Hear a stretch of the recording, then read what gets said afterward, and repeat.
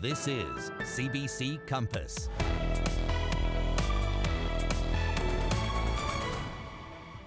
This is Thursday, February 27th. Here's what's happening now on Prince Edward Island.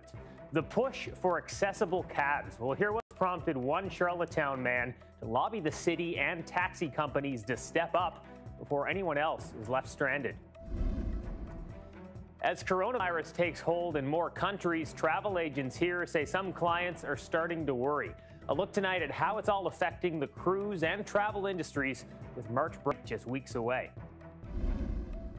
Plus, we'll meet some of the island swimmers gunning for the Olympics. At least two from PEI have already earned a spot in Canada's Olympic trials. There's a chance more Islanders could be joining them. Well, good evening. Thanks for joining us here on Compass. I'm Steve Bruce. Louise is away tonight. And we begin tonight with calls for more accessible transportation. A Charlottetown man says he was left stranded late one night in his wheelchair with no way to get home. Tony Davis has more. Paul Cudmore relies on his wheelchair and accessible van to get around, but recently this ramp got stuck and he was left stranded in Charlottetown. He was outside, it was dark, cold, and he didn't have a jacket. And I pushed the remote on my van and the door would not open. It only opened about 6 inches and would close. That left Cudmore stuck here in the parking lot. There's no public transport for people in wheelchairs after 11 p.m. and there's no accessible taxis in the city. Luckily for Cudmore, his friends came along. They ended up lifting him into the passenger seat of a cab. Then they lifted his 500-pound electric wheelchair into his vehicle so it wasn't left outside overnight. Cudmore's van was in the shop for just over 2 weeks. The repairs cost him more than $3,000. I felt like I was under house arrest because most of the things I do, my hobbies are in the evenings. Like I play poker, I play pool a lot and stuff like that. Cudmore wants to see accessible cabs in Charlottetown, and he's not alone. A PEI group that lobbies for Islanders with disabilities has been pushing for a solution for the past decade. Summerside does have accessible cabs, and Marcia Carroll says Charlottetown should too. If you're downtown in your wheelchair and you don't have transportation lined up, either personally or you have a friend coming to get you before 11 o'clock at night, you're stuck downtown. Now, Cudmore is calling on the city to help cab companies buy accessible taxis. We need an accessible taxi in the city, and I don't understand why we don't have one now, because any other city I travel to, I've traveled a lot for work, like 4 or 5 times a year. I would fly in, like go into Vancouver. Every minivan that's there is wheelchair accessible. Cudmore plans to meet with Charlottetown's mayor and taxi companies tonight to try to find a solution. Tony Davis, CBC News, Charlottetown.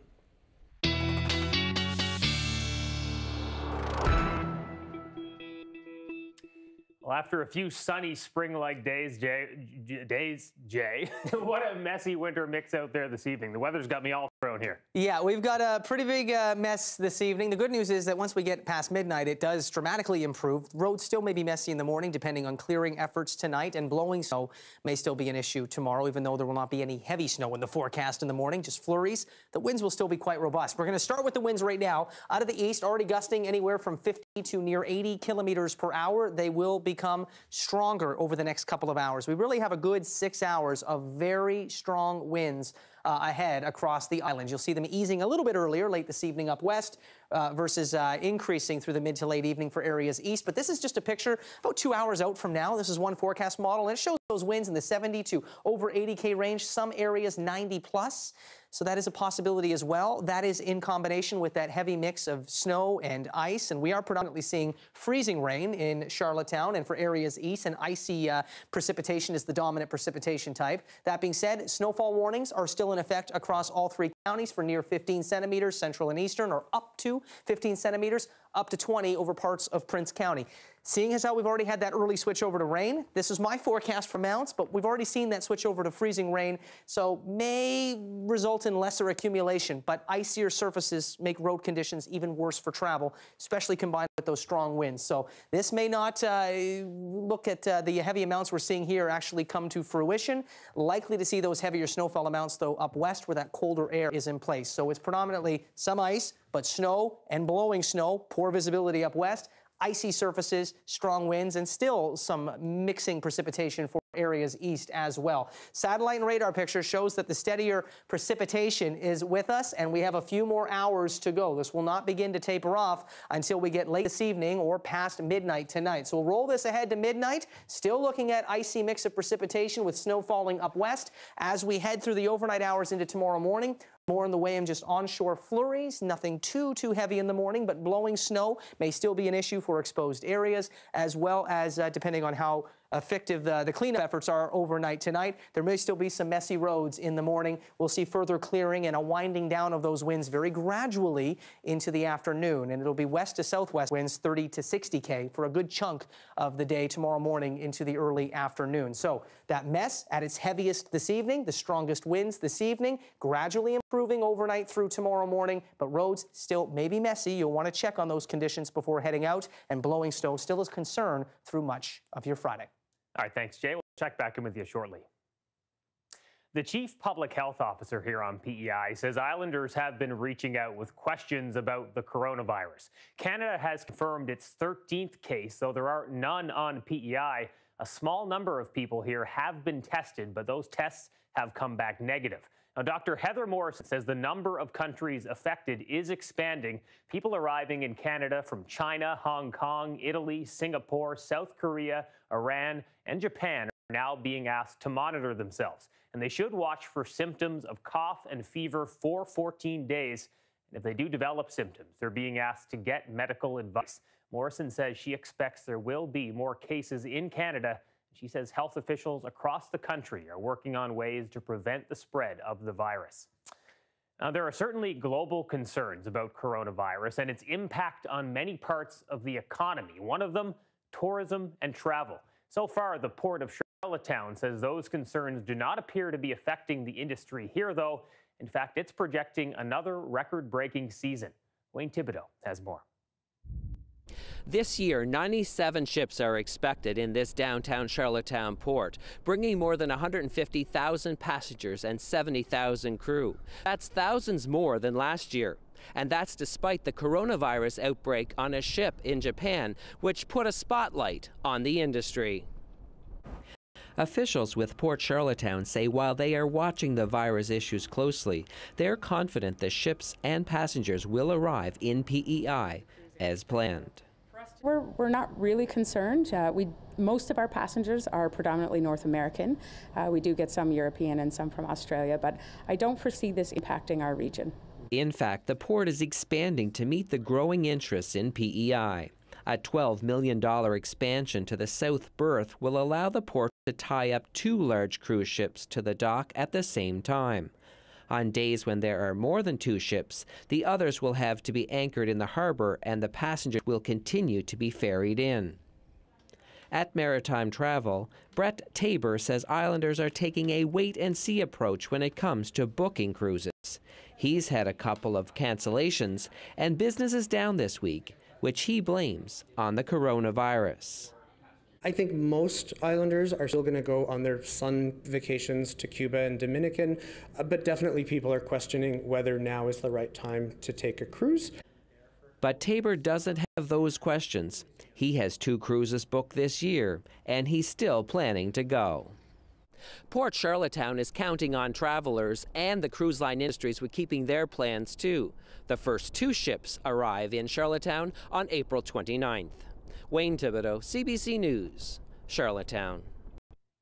There are more measures coming to protect North Atlantic right whales in this region. They include fishing closures in some areas and new regulations on gear. Shane Fowler has more.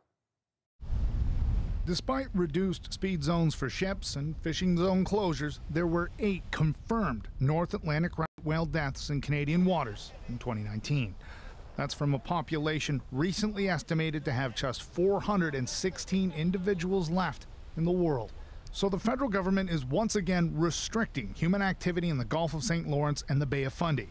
But it's difficult to predict exactly where the whales will move in those waters. We actually have no way of knowing what the whale migration will look like this year. So the measures that we're putting in place are actually things that we're confident will work to address the whale migration patterns, but also work to address the concerns that fishers have. Last year, if a whale was spotted in a fishing zone in the Gulf, that zone was closed until 15 days passed without a whale sighting.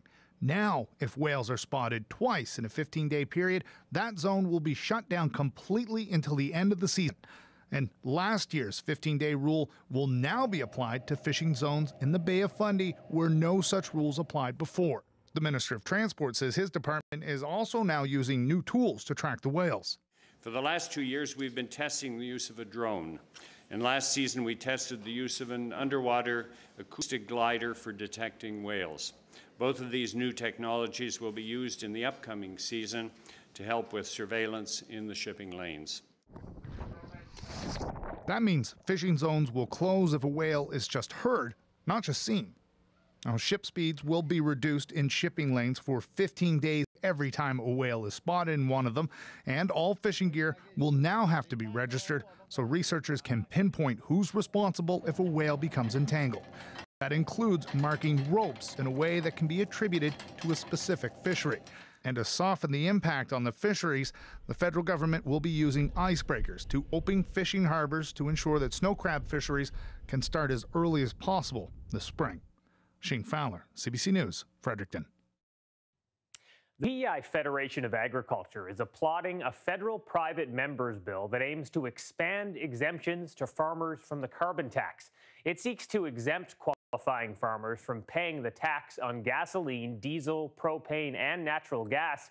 In the PEI, there are already exemptions for tractors, combines, and fishing fleets, but the Fed of Ag wants to see that expanded. It says that was a PC election promise. Well, the province says it's looking at ways to implement that commitment, but hasn't set timeline just yet. The Summerside Fire Department has a new radio communication system. The chief says the old system has been around for about 40 years. Well, the new one costs about $50,000. It has new units in the trucks and portable units, as well as a new antenna on top of the city's water tower. The department was having problems with reception and losing communication. The hope is that the new system will solve those issues. At least 2 PEI swimmers are heading to the Canadian Olympic trials in Toronto.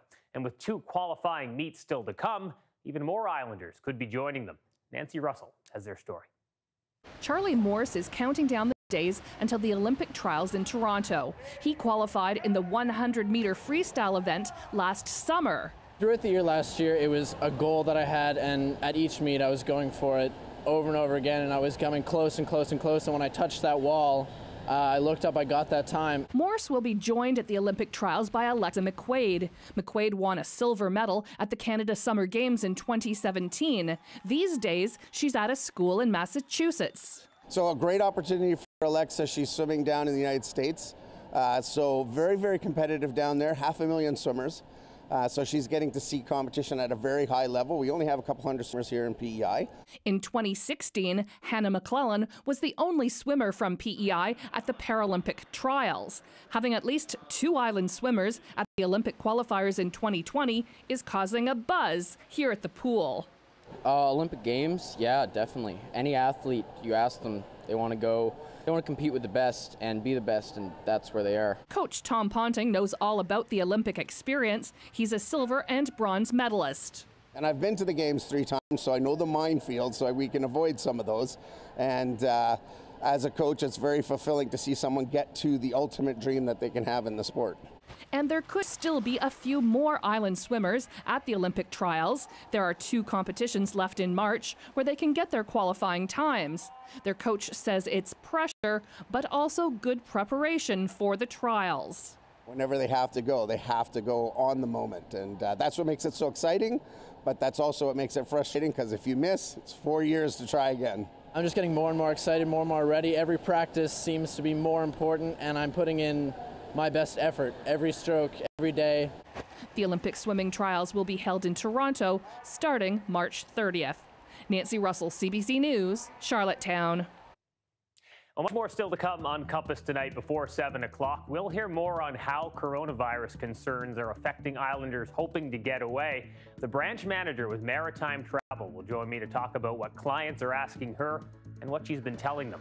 We'll also head to Italy, where the number of confirmed cases of the virus continues to rise. A look at the impact there and how that country is responding.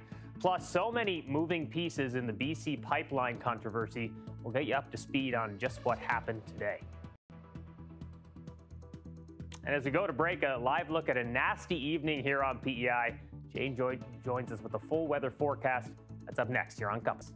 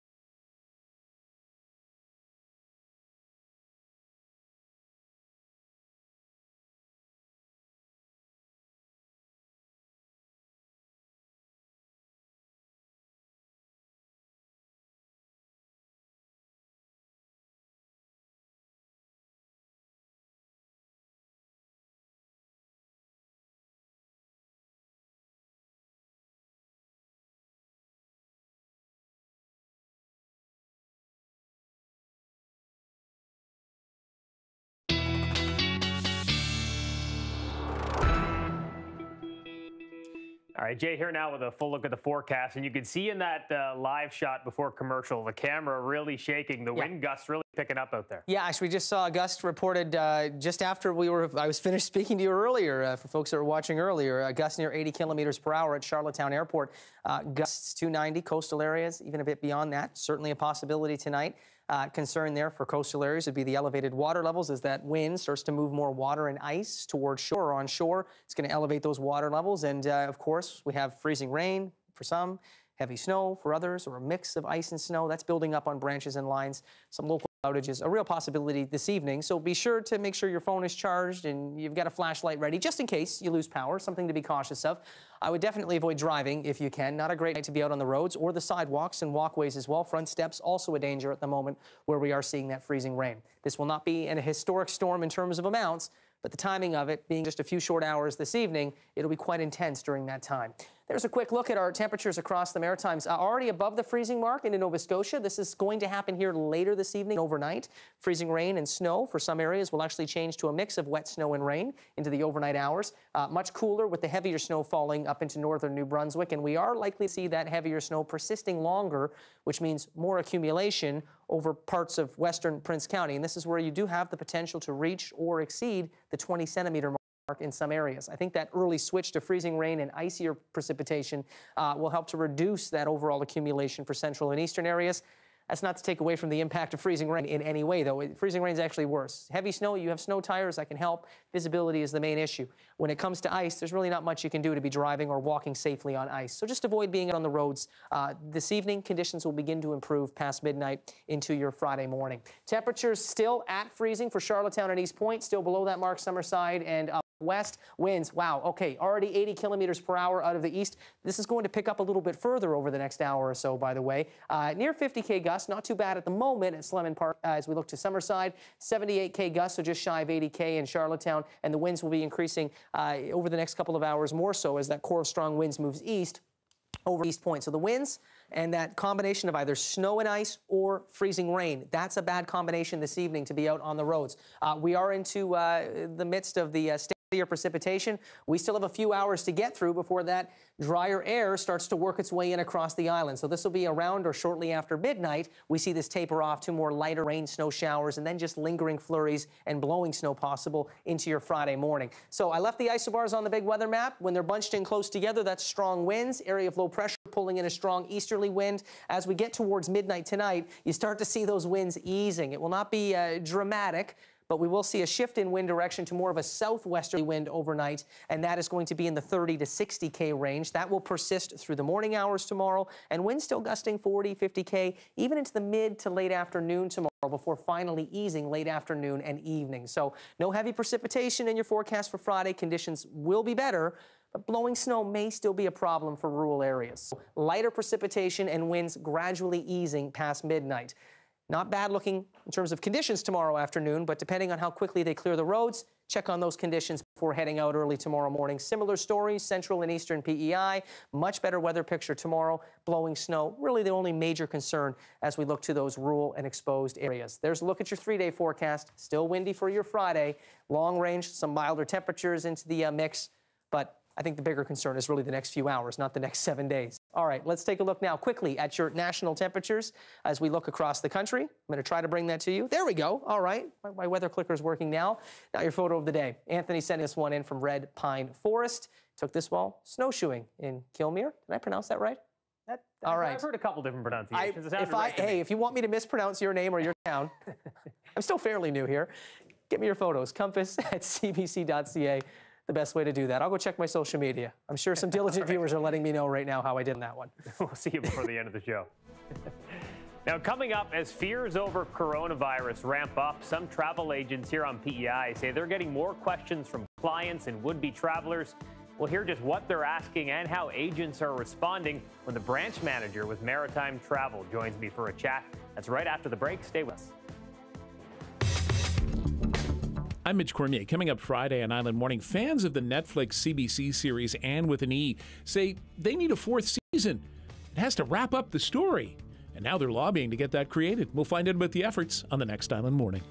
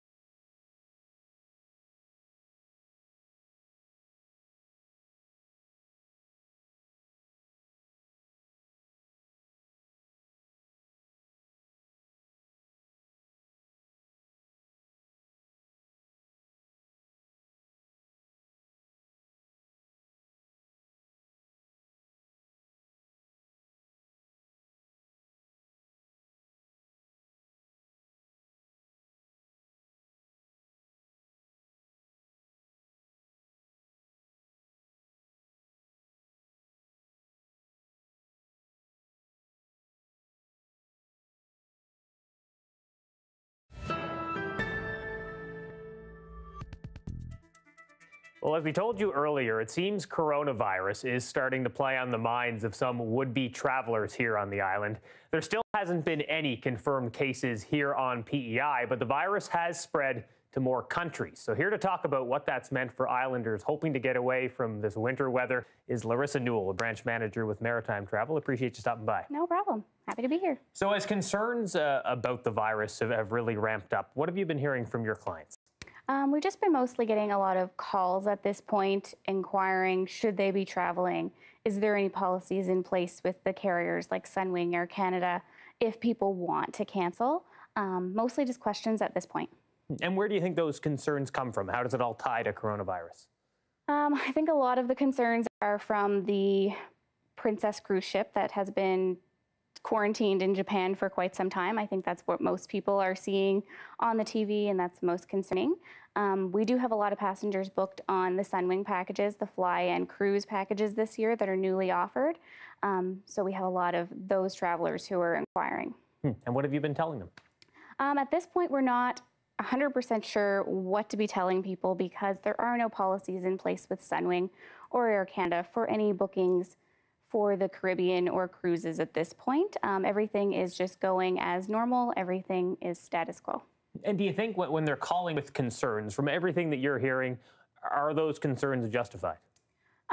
For the Caribbean at this point, I think that everything is fine. There's not really any reported cases. Everything's pretty calm around this area of the world.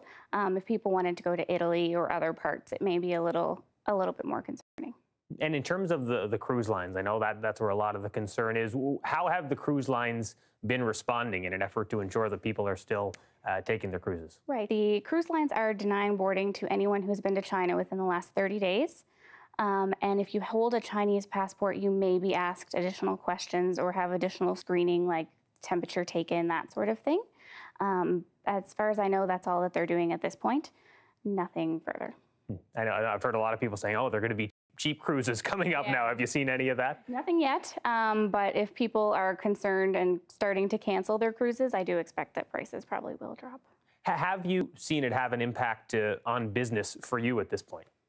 Up until this week, everything's been pretty normal, but this week we have seen it be a bit quieter, and I have spoke to some of our other branches. We do have 114 across the country, and they are seeing a slowdown as well. Yeah, I know we're heading into March break in a couple of weeks, so I'm guessing this would normally be a pretty busy time, people booking last-minute trips and whatnot? Yes, usually January, February, March are our busiest. There's not usually any breathing room, but this week has been quiet. How with trip cancellation insurance, how do you see that being handled around coronavirus?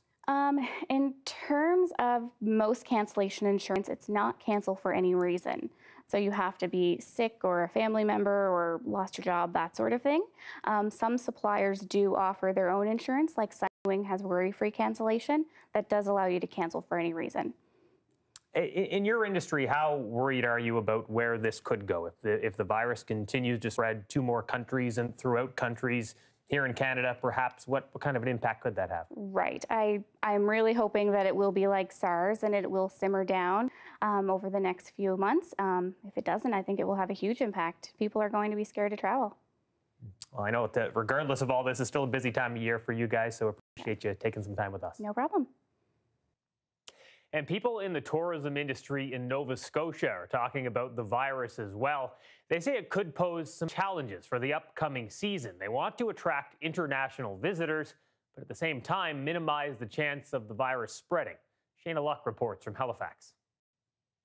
As countries like Italy, South Korea, Iran, and Brazil report cases of coronavirus, health officials in Canada are updating their plans. Today, we're actually in the process in Nova Scotia of adapting and shifting and adding those other countries that I just referenced that outside of China to our list of affected countries.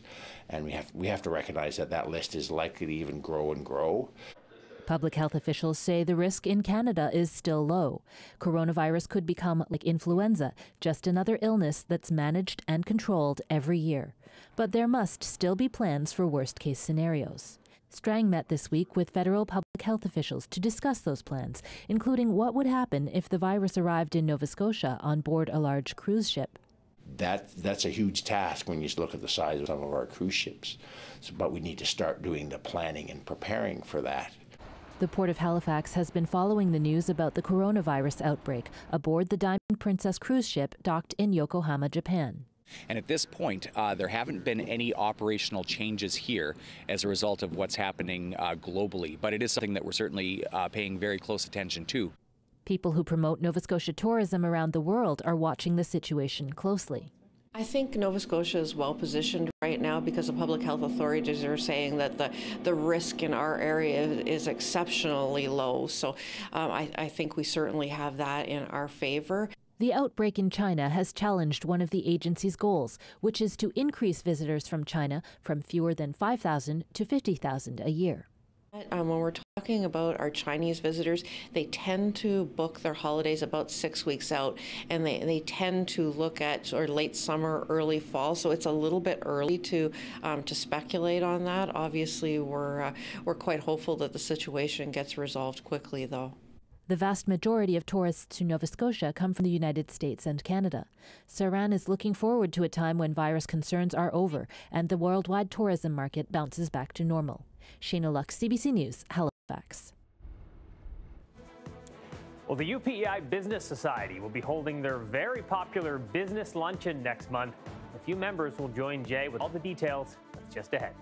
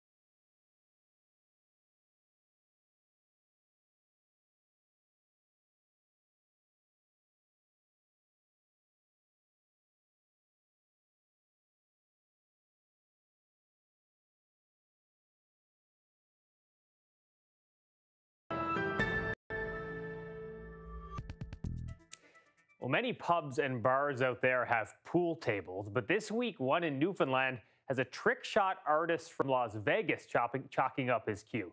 Now, some of the things he can do are pretty impressive, so our colleague Zach Gowdy from CBC in St. John's caught up with him and wound up getting in on the act. Have a look at this.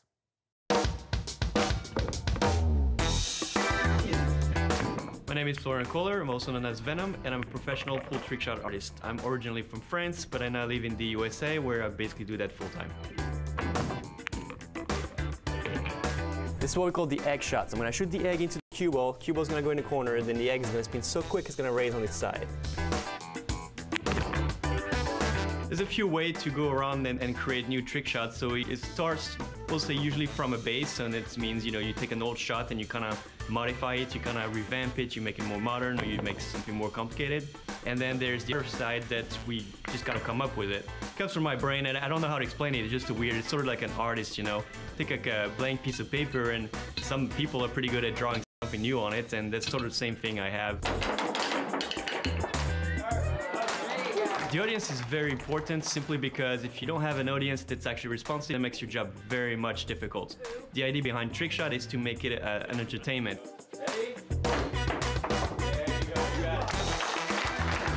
How much overlap is there between trickshot pool and competition pool, 8-ball or snooker? There's as much parallel, I'd say, as a guy that does, you know, a backflip on a BMX and a guy that runs the Tour de France. You know what I mean?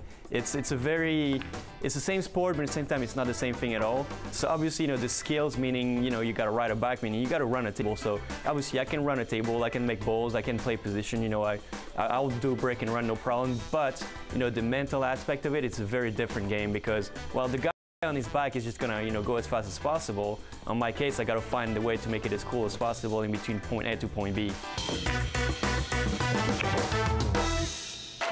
You also really get the audience involved in your show, hey? The key is about to get as many people involved during the show and really have them participate, and you know, to make it really interesting and fun. It also adds a little degree of danger, I'll say, and I feel like I gotta get the man behind the camera today. Why, me? Like, yeah. Fair? Yeah. Oh. Yeah, I think you're about to get in a little danger zone here. Okay, how does this work? So you're gonna put your feet in between the cue here. Okay. All right. Yep. Okay. Now I want you to hold the shoe like this. Okay. Like? Yeah. I would have worn my jock. Okay, you're gonna have to move a little bit this way. Yeah. Not too much. I'm trusting you, Venom. All right, I'm trusting you. Then you shouldn't. Ready?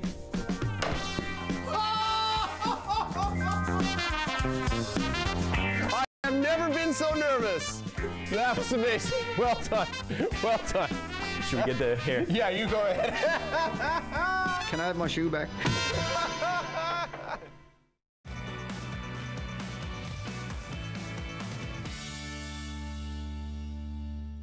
Well, the UPEI Business Society's 43rd annual luncheon is coming up. It all happens a month from today. Hopefully the weather will be a little nicer. Jay got all the details a little earlier today. Have a look at this. Well, I'm here with Anna, Sam, Ethan, and Noah from the UPEI Business Society, and I love this, the biggest and most active society on campus, most modest as well, right? Yes. I'm kidding. You cannot be modest in business. So biggest society on campus, and the history of this goes back as far as the university, essentially. Yeah, exactly. So our society is dated back 50 years. It's our 50th year anniversary this year, and we pride ourselves, as the sign says, as being the most active society on campus. Now we're here to talk about a luncheon that goes back almost as far as the history of your organization as well. Yes. So our 43rd annual luncheon will take place at the Confederation Center of the Arts on March 27th. Okay, so Confed Center, about a month away for this one. And tell me a bit about what the benefit is to buying tickets and going to this luncheon. So the biggest aspect for us would be the networking portion. So local businesses and students can kind of get a feel for what's going on in each other's lives and maybe potential opportunities down the road. So yeah, the networking is a big factor for us. Okay, and if you're a business student at UPEI or involved in the business community here on the island, networking, as you already know, is very important. So this is a great opportunity to do that. So tell me a bit about what we can expect at the luncheon. Yeah, so this year our guest speaker is Kim Green. So every year there's a big speech, and Kim this year has been generous enough to donate her time. We'll say keynote address, right?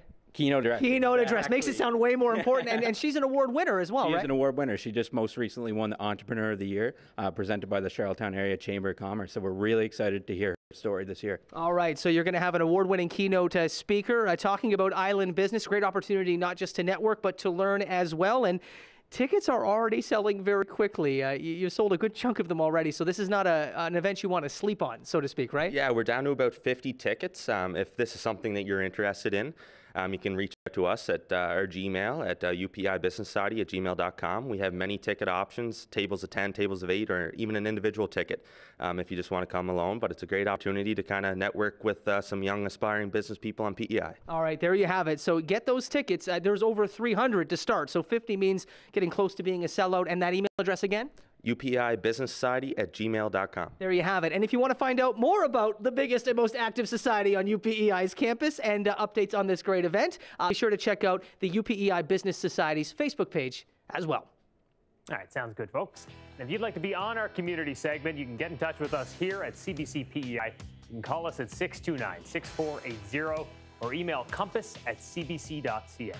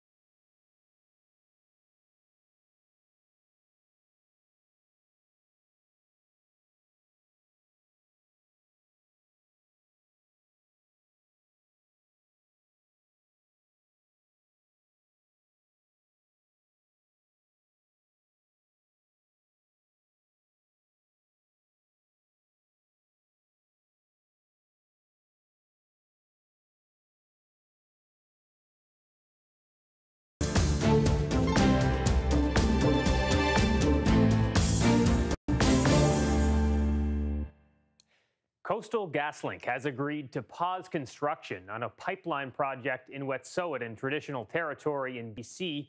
That's while new talks take place starting today.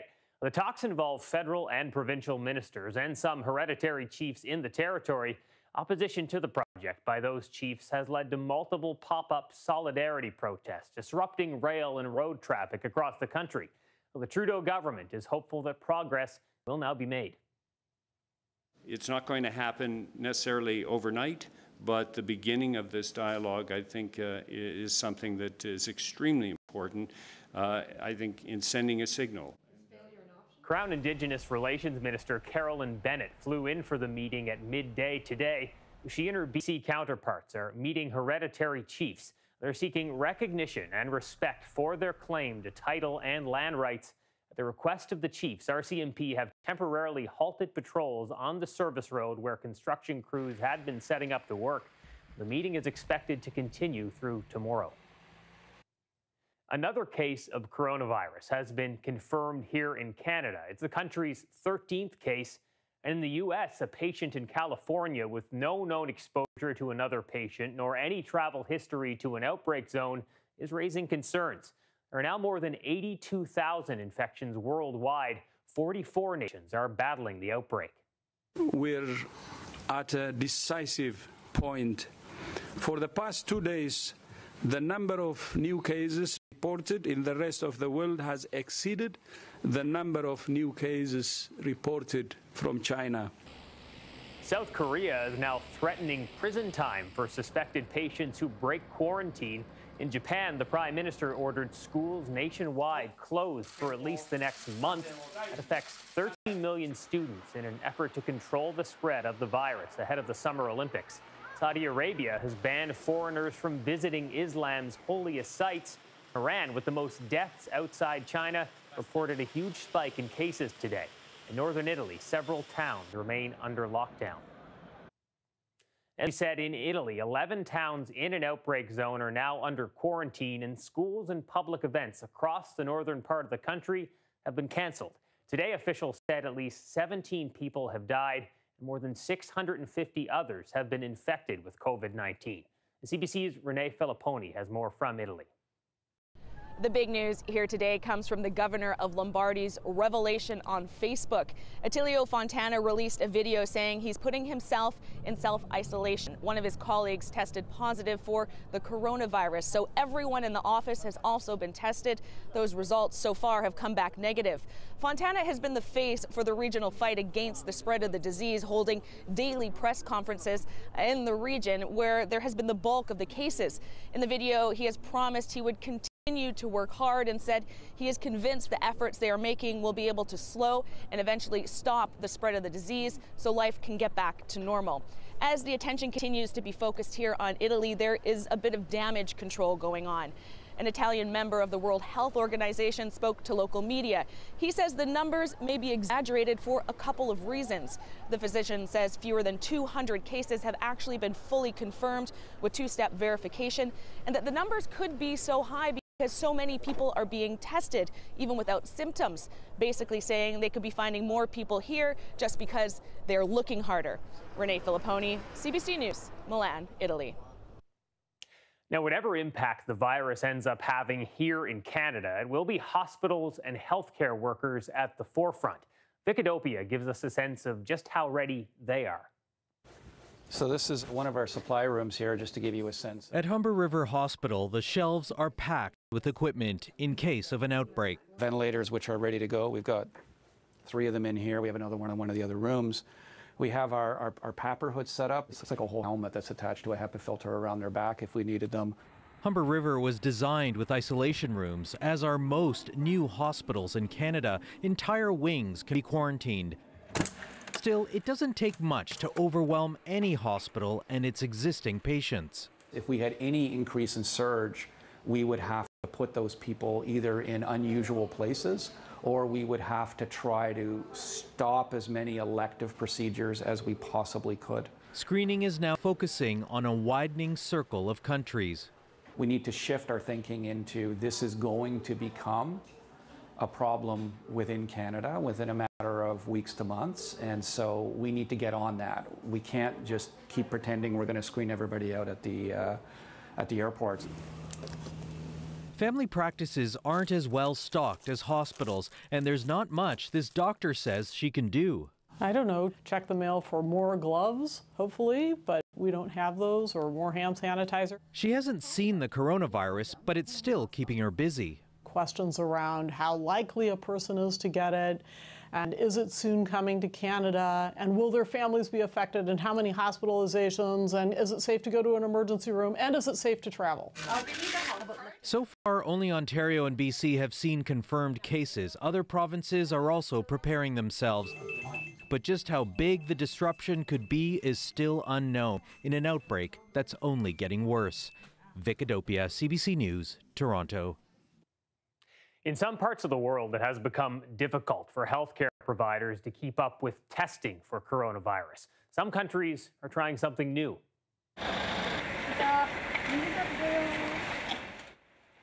This is a drive-through coronavirus testing facility in South Korea. More than 100 people came through this test center within hours of its opening in a local parking lot. Healthcare workers in full hazmat test suspected patients who stay in their vehicles. Britain has opened a similar drive-through testing center in central London. Canada's Transportation Agency has been flooded with complaints from passengers in recent weeks. They say that airlines in this country are denying them compensation for delayed and canceled flights and not giving them good reasons. Simon Dingley has the story. Millions of passengers fly Air Canada annually. But Ken Way says there's no way he'll give the airline any more business after the decision it made. It was stressful. It was stressful. Way and his wife were looking forward to a Florida cruise, but he says his flight last month arrived 4 hours late. By the time we got to the port, the ship had sailed. Our ship had sailed, basically. In December, the federal government announced new regulations. Passengers would receive up to $1,000 for flight delays and cancellations that were within the airline's control and not safety related. But more than 3,000 people have questioned the reasons why their airlines have denied them compensation. Way believes Air Canada owes him and his wife $800 compensation. The airline says no and has offered him a travel voucher. I got a response back saying, I'm sorry, our reason doesn't qualify under the Passenger Compensation Act because it was a safety-related issue. And then they said it was a scheduling-related issue. Air Canada says its policy is to abide by the new regulations and says growing pains are to be expected. Way contacted the Canadian Transportation Agency, which is investigating the complaints. I got a response, an automatic response back saying they'll be in touch, they'll investigate, and et cetera, et cetera, et cetera. This consumer advocate isn't surprised at the furor. This is what he says he told the federal government. You should expect a high volume of complaints because, first of all, consumers finally have rights, and secondly, airlines are likely to interpret it in the most favorable way to them as possible, which means there'll be a lot of denials. Transport Canada says it beefed up its resources before the new rules took effect. It says it will continue to monitor the situation and vows if the airlines don't follow the rules, they will be fined. Simon Dingley, CBC News, Toronto. Oh, when the Duke and Duchess of Sussex announced their plan to live part-time in Canada, there were questions about who would pay for Harry and Meghan's security. Well, today, the answers. Public Safety Canada confirmed that the RCMP has been providing security to the couple since November. However, that protection will stop in a month when they are set to officially end their activities as working members of the royal family. Experts have estimated the future costs of protecting the couple could range from $10 to $30 million a year. There's growing awareness about the dangers of concussions in contact sports, and now researchers at McGill University say they found a faster way to test for the injury during hockey games, and players don't even have to take their skates off. Simon Nakonechny explains. In hockey, sometimes signs of a concussion are obvious, but often the condition is trickier to diagnose. In the last 3 years, I had 2 concussions. The second one, I didn't even realize I got hit. It happened fast. Nobody really saw it. I felt good. I stayed in the game, didn't really feel dizzy, headache. Players who feel okay often don't want to go through a long concussion protocol and miss out on ice time. The player would come out of the game, go into our medical room, and be administered a test that involved a questionnaire, it involved some balance. They had to take their hockey equipment off. Dr. Scott Delaney says checking players' balance is one of the best ways of screening for concussions. His team has developed a new balance test that can be done with skates on. The test is made up of 3 stances: stable, toe point, and T-shape. If a player can't keep his balance, he's charged an error. Team doctors then compare the number of errors to a preseason baseline. So we're hoping that by making it more convenient for the athletes and the people doing the test, we're going to pick up more concussions. The fact that you don't even have to take off your equipment and you can do it really quickly, that's what's best for us because you can go back to your game. It's hoped this new, faster concussion test will help players draw the line between getting back on the ice or sitting the game out for their own safety. Simon Nakonechny, CBC News, Montreal. Well, concerns over coronavirus really hurting the stock markets as we saw play out today. The dollar down 1/3 of a cent. It's now at less than 75 cents US. The TSX dropped more than 300 points, and the Dow down tonight nearly 1,200 points. Oil dipped $1.64 a barrel, and gold down tonight 60 cents.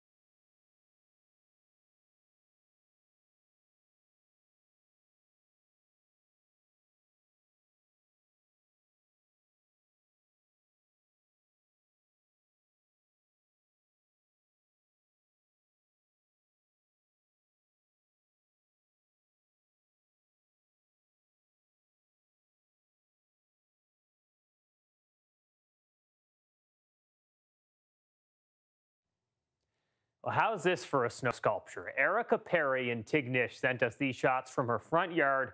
Her boys made the snowy boat to honor their great-grandfather, and as well for the Tignish Winter Carnival that's on now. The boys are Bailey, Chase, and Blaze. Their sculpture even has little windows and wipers. Their great-grandfather, Richard Hogan, was a lobster fisherman. You can bet he would have been proud to see their fine work here, Jay. That's incredible. It almost looks seaworthy. I mean, you look at the actual photo of the boat that they're paying tribute to, right? It looks just like it. I'd ride it. Yeah. Mother Nature maybe not being too kind to ice sculptures tonight, though. No, not tonight. Certainly going from a snow sculpture to an ice sculpture on that one, but that beautiful tribute there. That was absolutely nice to see that one. All right, let's take a look now at your day planner forecast because we know it's messy now. Winds will still be strong through to about midnight before gradually improving past midnight, and the heavier precipitation will also begin to ease overnight.